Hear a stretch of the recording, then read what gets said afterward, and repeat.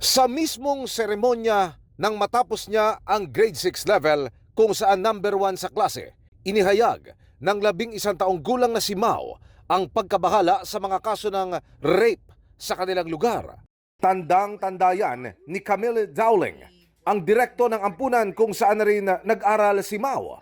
She gave a speech. She was the speaker kasi first in her class. She said to the people, I would like to ask for your permission.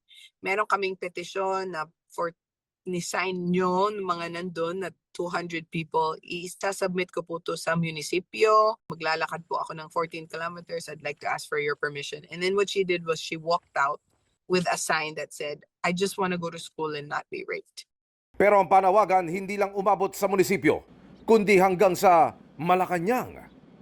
Mag-aanin na taong gulang pa lang si Mao nang kupkupin na ng mga Christian missionary sa bahay ampunang ito sa Tinambak, Camarines Sur. Kasama niya sa shelter ang ating may intellectual disability at inang kusinera sa ampunan. Dito na rin naging aktibo sa kawang gawa si Mao at naging mulat sa lipunan. Hanggang maisip na sulatan mismo si Pangulong Bongbong Marcos para idulog ang pang-aabuso sa mga kabataan sa lugar kabilang ang paghahasaan niya sa ating may kapansanan. This was their idea. So I think napagod lang po talaga yung mga children and they wanted to stand up for yung kanilang mission.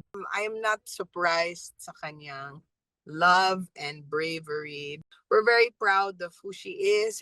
Sa impormasyong nakalap ng GMA News, mula sa isang nakakaalam ng kaso, 2 beses ginahasa ang ate ni Mao.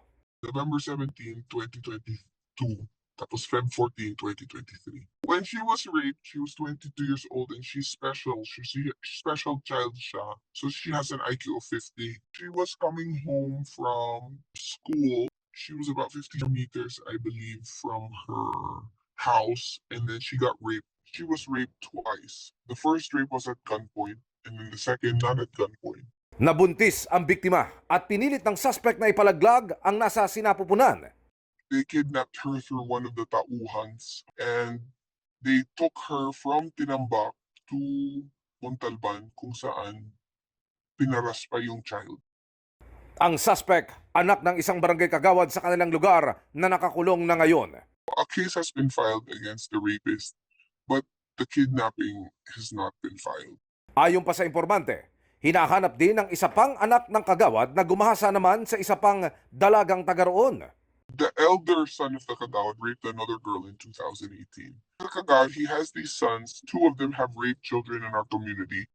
Sa tugon ni Pangulong Bongbong Marcos sa liham ni Mao, sinabi niyang nagalit siya sa mga ikinikwento ni Mao. Tiniyak din ng Pangulo ang kaligtasan ni Mao at mga kapatid nito at ang paghahanap sa mga gumawa ng masama sa kanila. Nangako din ng tulong ang Pangulo kay Mao at sa kanyang mga kapatid. Si PNP Chief Jose Melencio Nartates naman, iniutos ang pagsisiyasat sa kaso.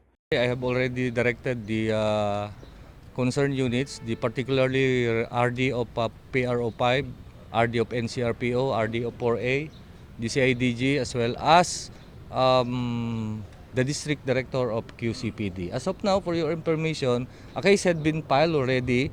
As to the case of abortion in Montalban, we are looking after this person. Anong personality nun or sino yung abortionist dun. Lumuwas ng Metro Manila si Mao kasama ang mga taga-Redeemer Homeless Mission na kumukupkup sa kanya para tumanggap ng konting tulong sa DSWD. Mag-i-extend rin tayo ng financial assistance doon sa mga families na very peculiar yung story. Yung families because of poverty, napipilitan sila na makitulog doon sa shelter. Kasi mga bahay nila either nasira ng calamity or wala talaga silang titirahan. Ngayong umaga, umuwi na sila ng Bicol. Masaya kahit papaano na naiparating ng direkta ang hinaing sa mga opisyal ng gobyerno.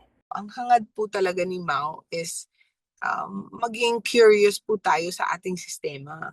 Ang nangyayari yung politika, sumisingit sa pag-aalaga, totoong pag-aalaga ng ating komunidad.